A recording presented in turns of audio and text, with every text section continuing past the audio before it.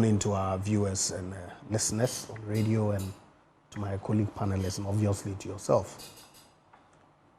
It's surprising to me that we are all dancing around the issue. I was surprised that Kofi, of all people, and Susan did not hit the nail on its head. I didn't have time.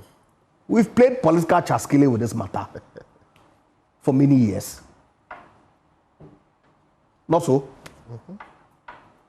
So why are we not addressing the issue?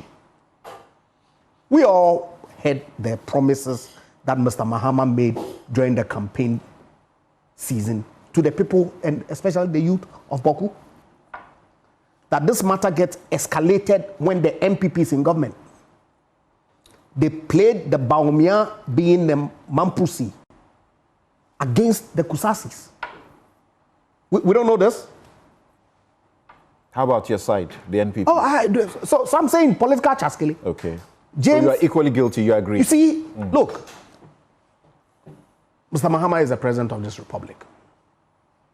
His Excellency Nana Dankwa Akufo-Addo, like James suggested, he was the one who actually got the Otumfo involved in the resolution of this matter. He hasn't been successful as we speak.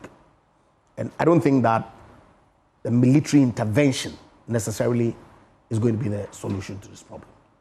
The politicians should stay off. And let us work together. I cringe when matters of national importance, matters that border on the security of our country. We know the problems in the Sahel. Perish the thought that any of these leaders in those regions infiltrate and look to exploit the situation in Bawku. The security have told us over time that they're already there. There you go. Yeah, because that is closest. So please, I'm not from there.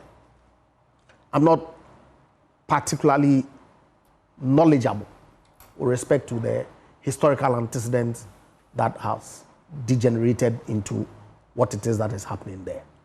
But certainly, I'm aware of the politicking that we have sought to exploit for our own expediency when it comes to these matters. And I think that it's about time that we call a spade, get the politicians to stay off.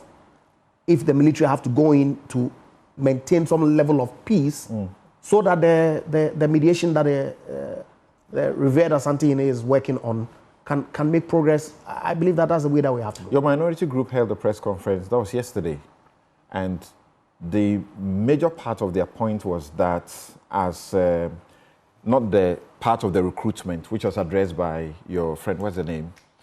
The other part addressed by Reverend Intimfojo was that the government is failing to deal with this. And so people are asking questions, but this has been there for a long time. A government which is done barely 3 months. What exactly is the point? But of course, it was as a result of the promises that the president today made during the campaign trail. That this is a matter that can be resolved expeditiously, and that when he becomes president, he is going to resolve it as soon as possible. The reason why he went there when he became president, I believe in the first or second week. And so the expectation is that deal with it. So that's a continuation of the politics that damages the opportunity to resolve, which you are concerned about. I don't think so at all. It's the role of the minority to call on the president to do his job and to abide by the words that he himself had committed to. Okay? If you say that this is a problem that is an MPP problem that gets escalated when the MPP is in government, and that when they vote for you and you come in, you're going to resolve the problem, then 3 months is long enough for you to make sure that the problem is resolved. Okay. Yet, we have your IGP going there to make promises that really is really difficult to discuss on a platform like this. Okay. That you're going to recruit people when they lay down their arms and give them legitimate arms through the police service. It's unbelievable. All right.